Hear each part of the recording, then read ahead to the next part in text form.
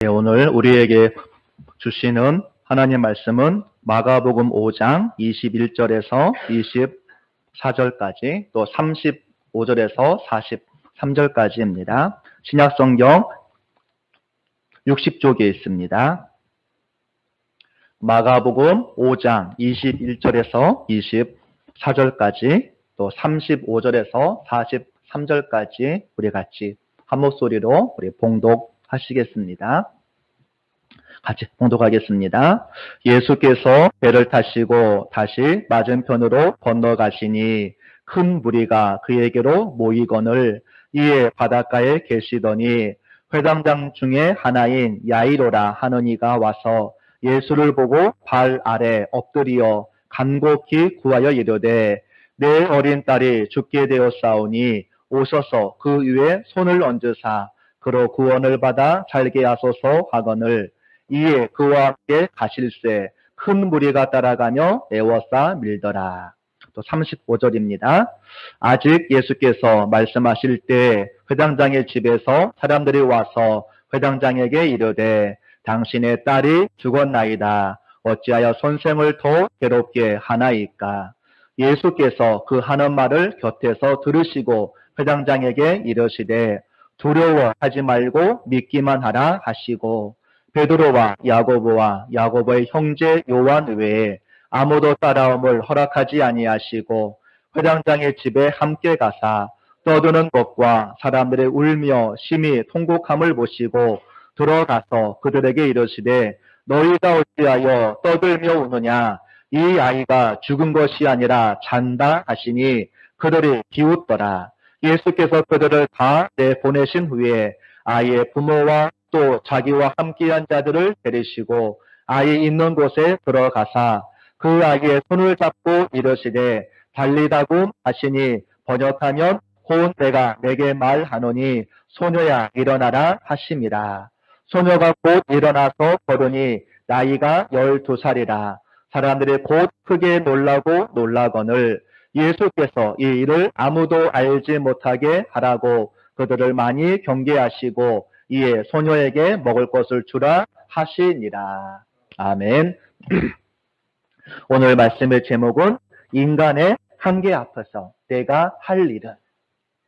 오늘 말씀을 잘 들으시고 내가 혹시 고난의 환경 가운데 있었을 때 내가 할 일이 과연 무엇인가를 우리가 생각해 보기를 원합니다. 우리가 인생을 살아가면서 인간이라는 한계 앞에 설 때가 있습니다.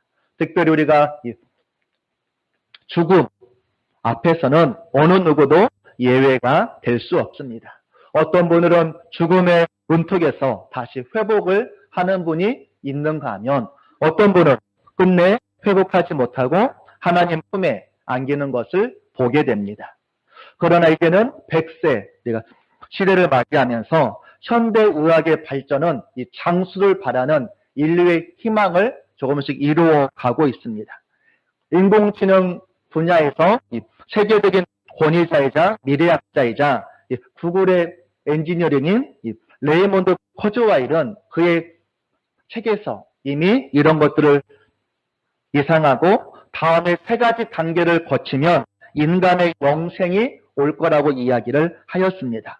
첫 번째로는 건강 관리를 통해서 노화의 속도를 약화시키고 두 번째로는 생명공학의 혁명을 통해서 인간의 육체를 재설계할 수 있으며 마지막으로는 나노 기술을 이용해서 나노 로봇이 모든 병원 균들을 대응하는 단계에 이르면 인간은 죽지 않고 초월적인 존재가 될 것이다 라고 이야기를 하였습니다. 물론 이쯤 되면 이제 인간과 인공지능의 경계가 어디까지인지 불명확할 수도 있습니다. 이러한 주장을 바탕으로 만들어진 영화가 트랜센더스라는 미국에서 2014년도에 만든 영화가 있습니다.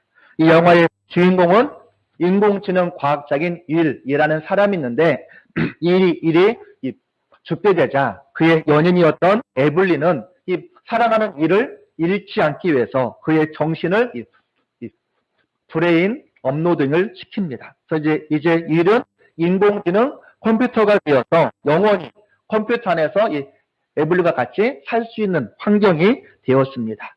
이 브레인 업로딩은 쉽게 말하면 우리의 이 뇌를 컴퓨터에 그대로 업로드 시키는 이 기술을 말합니다. 이 두뇌 이 매핑이라는 기술을 통해서 뇌 활동을 계산 가능한 형태로 바꾸고 또 이 바꾸어진 이 결과물들을 이 프로그래밍화 시킴을 통해서 인간이 이제 육체에 얽매이지 않고 컴퓨터 속에서 영원히 살 수 있도록 한 것입니다. 그런데 문제는 브레인 업로딩을 통한 이 일이 컴퓨터 안에서 인간이 그동안 갖췄던 모든 이 지식을 저가 모두 알게 됩니다. 그래서 자기가 이 신적인 존재로 점점점 변하기 시작합니다. 그리고 자신의 영역을 인터넷 네트워크를 통해서 전 세계 자신의 힘을 미치려고 합니다. 그러자 이를 알고 있던 많은 사람들이 혼란을 느끼고 두려움을 느끼기 시작하고 그를 서서히 배신하기 시작합니다. 심지어 그의 연인이었던 에블린마저도 이를 두려워하기 시작합니다. 그러면서 사람들이 생각하기 시작합니다. 업로드된 일이 과연 진짜 일일까? 근데 이 영화의 마지막에 이 일이 나지막히 얘기합니다. 왜 나를 믿지 않지? 난 항상 일이었는데. 그래서 영화가 끝납니다. 만약에 이 브레인 업로딩이라는 기술을 통해서 나의 뇌를 컴퓨터에 옮기고 근데 나와 똑같은 모습의 컴퓨터에 이 뇌를 옮김을 통해서 나와 똑같이 생각하고 내 행동을 똑같이 한다면 그 컴퓨터는 바로 나일까요? 아니면 나가 아닐까요? 이제 미래학자들은 2045년도가 되면 인공지능이 인간의 지혜를 뛰어넘을 때가 온다라고 얘기합니다. 그러면 예측할 수 없는 미래가 올 수도 있다라고 얘기합니다. 그때가 되면 이제 인간에게 죽음이라는 단어는 없어지고 어떠한 형태로든 영생하는 날이 올지도 모른다라고 예측을 하기도 합니다. 이런 말을 들으면 참 미래세계가 어떻게 변할지 궁금하기도 하지만 또 두려운 마음이 생기기도 합니다. 우리는 여기에 대해서 미리 걱정하지 마시고 오늘 하루 우리에게 맡겨준 하나님의 귀한 사명을 감당하는 하루하루가 될 수 있기를 간절히 바라겠습니다. 우리는 인생을 살아가면서 내 힘으로 도저히 감당할 수 없는 한계에 처할 때가 있습니다. 이때 사람은 두 부류로 갈라집니다. 그냥 절망하고 포기하는 사람, 또 희망으로 다시 일어서는 사람이 있습니다. 이 피에로 페고르는 죽음에 이르는 병이라는 자기 책에서 인간을 죽음으로 이끄는 것은 무엇이냐? 딱 하나라고 얘기했습니다. 뭘까요? 절망이라고 얘기했습니다. 인간을 죽음으로 이끄는 것은 바로 무엇이냐면 절망이라는 것입니다. 정약용의 형이었던 정약전이라는 사람이 신유 받게 때 16년간 흑산도로 유배를 가게 됩니다.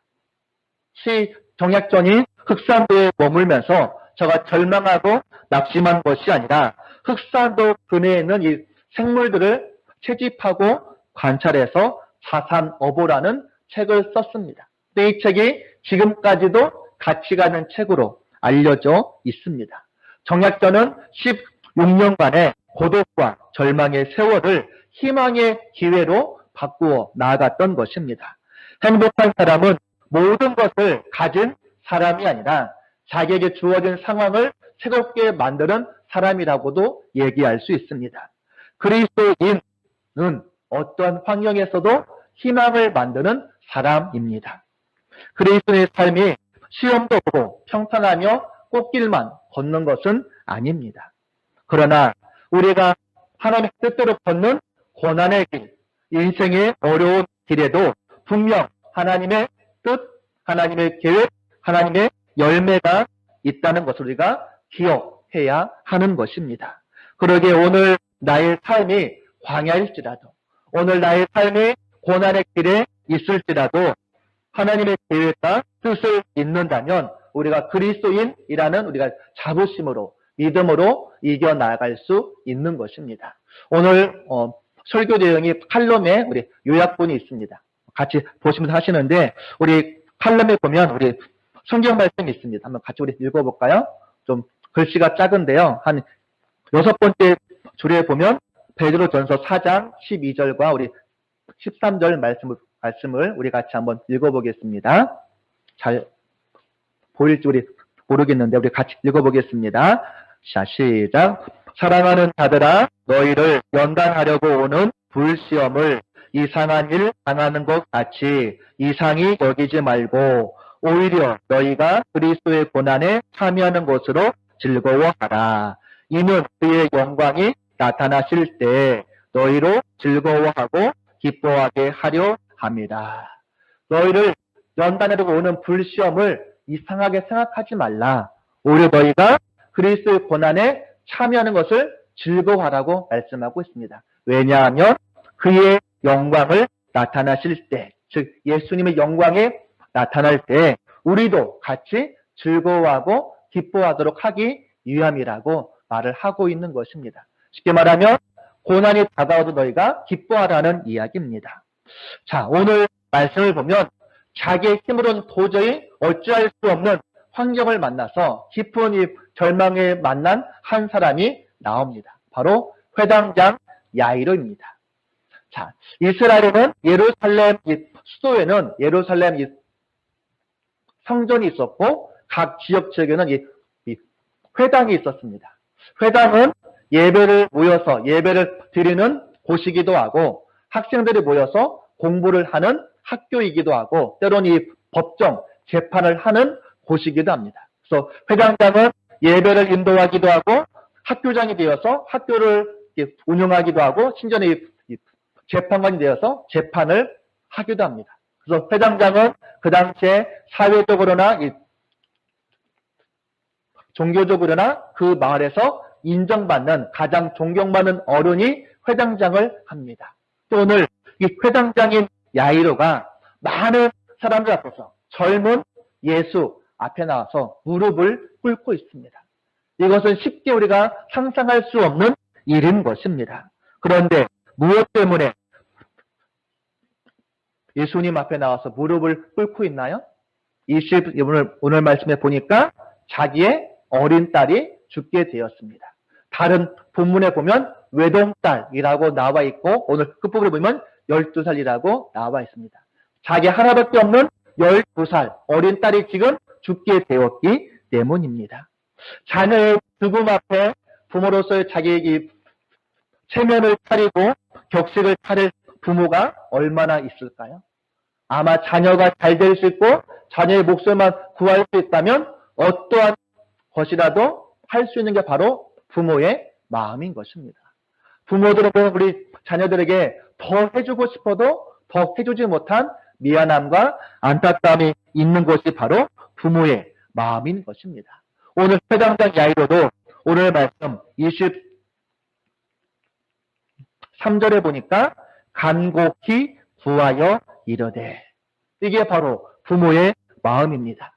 예수님을 자기 집으로 모시기 위해서 부모로서의 체면, 나이, 집, 사람들의 눈, 자존심을 다 버리고 예수님께 나아가서 예수님 저희 집에 오셔서 손을 얹으사 구원을 받아 살게 해달라고 간절히 요청하고 있는 것입니다. 되게 어렵게 예수님을 모시고 가는 도중에 25절에서 불쑥 한 여자가 끼어듭니다. 누구죠? 12의 혈루증 여인이었습니다. 자, 야이로의 입장에서 보면 어린 딸이 지금 죽어가서 자기의 체면 불구하고 무릎까지 꿇면서 간청하여서 주님을 모시고 가는 중인데 난 모르는 여인의 등장으로 가던 길이 멈추었습니다. 얼마나 마음이 애간장이 타겠습니까? 얼마나 그 여인이 원망스럽겠습니까? 1분 1초가 급한 이 상황에서 아마 마음속에 시커멓게 타들어가고 있었을 것입니다. 예수님은 이런 회당장의 마음을 아는지 모르는지 위급하지도 않은 야이로의 혈루증 여인의 병을 고쳐주느라 시간이 흘러가고 있습니다. 아마 야이로의 마음은 어땠을까요? 예수님, 지금 이 여인은 그냥 만성질환입니다. 급하지 않으니 빨리 내 딸 먼저 고치고 다시 와서 이 여인의 병을 고쳐주는 게 더 나을 것이라고 그런 생각이 아마 여기까지 아마 차올랐을 것입니다. 자, 여러분이 만약 야이로라면 이 상황에서 어떠한 생각이 들겠습니까? 하나는 나는 급한데 하나님은 왜 급하지 않을까라는 생각을 가져볼 수 있습니다. 자, 이 마르다와 마리아의 오빠인 이 나사로가 죽게 되자 마리아가 예수님께 사람을 보내어서 우리 오빠가 죽게 되었으니 빨리 와달라고 요청합니다. 근데 예수님이 어떻게 하셨죠? 요한복음 11장 5절에 보니까 예수께서 본래 마르다와 그 동생과 나사로를 사랑하시더니 나사로가 병들었다 함을 들으시고 그 계시던 곳에 이틀을 더 유하시고. 자, 마르다와 마리아를 사랑한다면 빨리 와서 나사로를 고쳐주는 게 옳은 것처럼 보이는데 오히려 예수님은 그 얘기를 듣고도 더 이틀 동안 유함을 통해서 어떤 일이 벌어지죠? 나사로가 죽고 맙니다. 우리는 급한데 하나님은 전혀 급하시지 않는 것처럼 보이는 것입니다. 그 이유가 무엇일까요? 오늘 예수님은 내가 이 상황에서도 여전히 나를 믿느냐? 내가 과연 믿고 끝까지 인내할 수 있느냐라고 우리들에게 물어보고 있는 것입니다. 야이로야, 너희 믿음이 얼마나 큰 믿음인지, 너희 믿음이 흔들리지 않는지 시험해 보고 있는 것입니다. 두 번째로는 다른 사람들은 다 기도 응답을 받는데 나는 왜 아직도 응답받지 않는가라는 생각을 가져볼 수도 있습니다. 야이로는 자기 딸을 고치기 예수님을 모시고 가는데 도중에 엉뚱하게 12의 혈루증 여인만 고침을 받고 있습니다. 우리는 아직 내 기도가 응답이 안 되었는데 반면에 내 옆에 있는 사람은 응답이 받은 것을 보게 됩니다. 나는 아직도 응답받지 못해서 애간장이 타며 힘들어하는데 내 옆에 있는 사람은 응답받아서 기뻐하며 좋아하는 모습을 바라볼 때 여러분들은 어떤 생각을 갖겠습니까? 하나님, 다른 사람의 기도는 다 응답하시면서 왜 내 기도만 응답하지 않습니까? 라고 우리 가운데 원망하는 마음이 없을까요? 그러나 우리가 반대로 생각한다면 다른 사람의 기도를 응답하신 하나님, 내 기도도 응답할 줄 믿습니다. 이런 믿음을 우리가 갖는다면 혹시 예수님이 야이로에게 원하는 믿음이 이런 믿음이 아니었을까요? 12의 혈루증, 12년간 고치지 못한 만성질환인 혈루증을 고치신 예수님, 내 딸의 이 병 정도야 고칠 줄 믿습니다. 이런 고백을 예수님은 우리에게 원하고 있지 않을까요?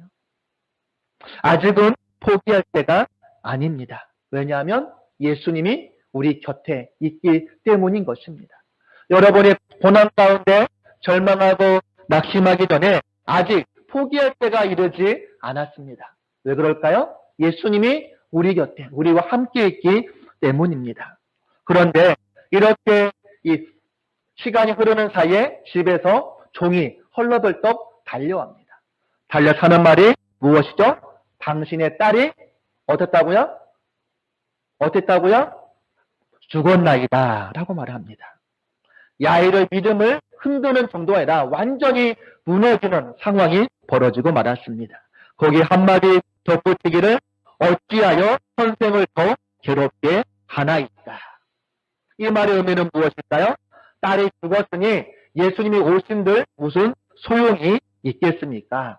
집으로 모셔오는 헛수고 할 필요가 없습니다. 라는 의미가 담겨져 있는 것입니다. 한마디로 상황 끝이라는 말입니다. 얼마나 야이로의 입장에서는 충격이 컸겠습니까?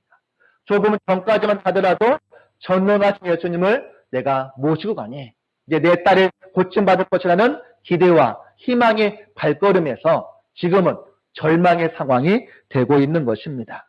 그런데 예수님의 종의 이 사람들의 표현을 우리가 한번 잘 볼 필요가 있습니다. 이 종들은 예수님을 모시고 가는 것을 뭐라고 말합니까?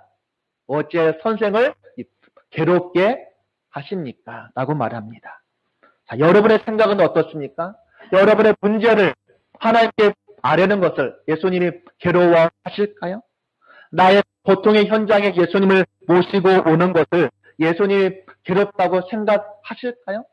여러분이 믿는 예수님은 어떠한 분이십니까? 예수님이 양 99마리와 잃어버린 양 1마리가 있습니다. 자, 이 중에 어디를 예수님이 택하고 있으신가요? 예수님 그냥 편하게 하시려면 그냥 양 9마리 끌고 그냥 우리로 가면 되지만 예수님은 잃어버린 양 1마리를 찾아 산과 들로 다니시는 분이십니다.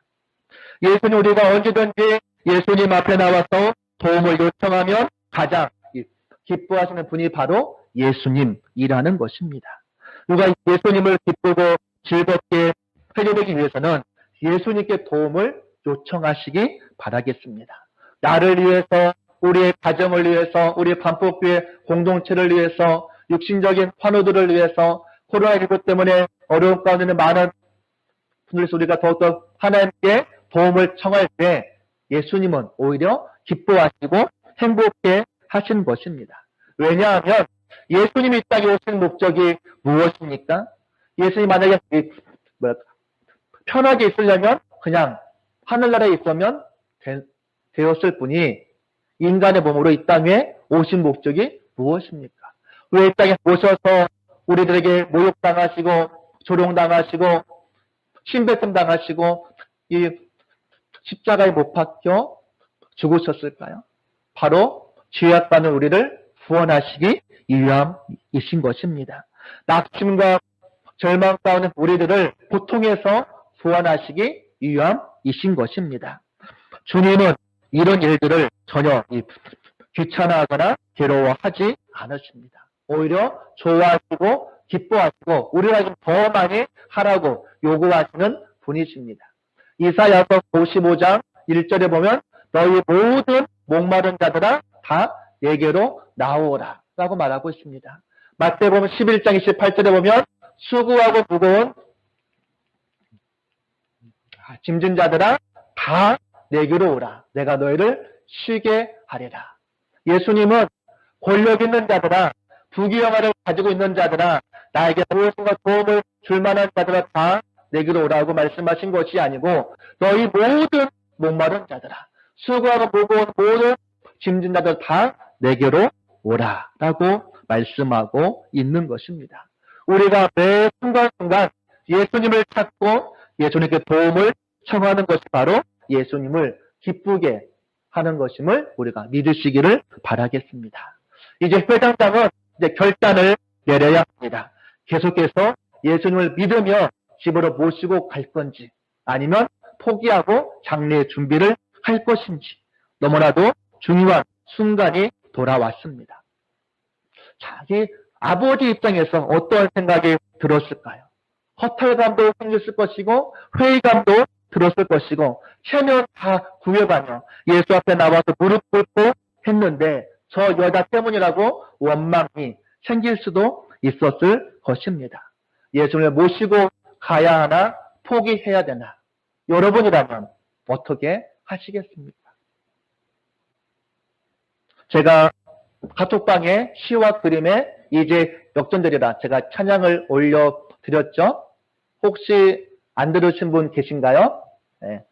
혹시 안 들으면 계시면 오늘 집에 가서 한번 들으시길 우리 바라겠습니다. 제가 가사를 제가 우리 칼럼집에 우리 실었습니다. 한번 가사를 한번 같이 읽어볼까요? 약간 아랫부분 쪽에 보면 이 파란색으로 우리 가사가 있습니다. 그러면 같이 한번 우리 가사를 한번 읽어보겠습니다. 자, 시작.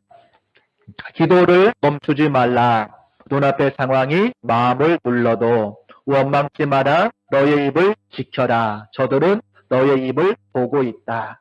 마음을 뺏기지 말라. 내가 널 도우지 않는단 소리에 너의 모든 게 불리해도 너는 기도를 계속해라. 너 기도를 멈추지 마라. 내가 너의 그 모든 상황을 바로 역전시키리니 너 기도를 멈추지 말라. 내가 잠시도 쉬지 않고 모든 걸 지켜보고 있으니 바로 역전되리라. 이 가사 중에 우리 이 두 번째 줄에 보면 원망치 말라. 너의 입을 지켜라. 저들은 너의 입을 보고 있다. 여기서 이 저들은 누구를 가리킬까요? 아마 이 사탄, 마귀가 우리가 상황을 보고 이제는 하나님도 어쩔 수 없다며 포기하고 낙심하고 절망하고 원망하는 일술이 되기만을, 그래서 우리가 하나님을 떠나기만을 바라기를 마귀가 보고 있다라는 이야기입니다. 하지만 하나님은 어떠한 분이십니까? 우리 가사 맨 아랫줄에 보시면 너 기도를 멈추지 말라. 내가 잠시도 쉬지 않고 모든 걸 지켜보고 있으니 바로 역전되리라. 하나님은 잠시도 쉬지 않고 우리 모든 것을 뭐하고 있다고요? 보고 있다라고 말씀하고 있습니다. 그리고 내가 너희를 역전시켜 주겠다라고 말씀하고 있습니다. 고난의 상황에 우리의 입술 한마디, 우리의 말 한마디가 얼마나 중요한지 모릅니다.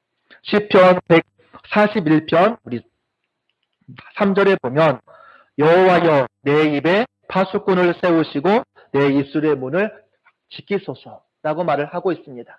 잠언 25장 11절에 보면 경우에 합당한 말은 은쟁반에 금사과라라고 이야기를 하고 있습니다.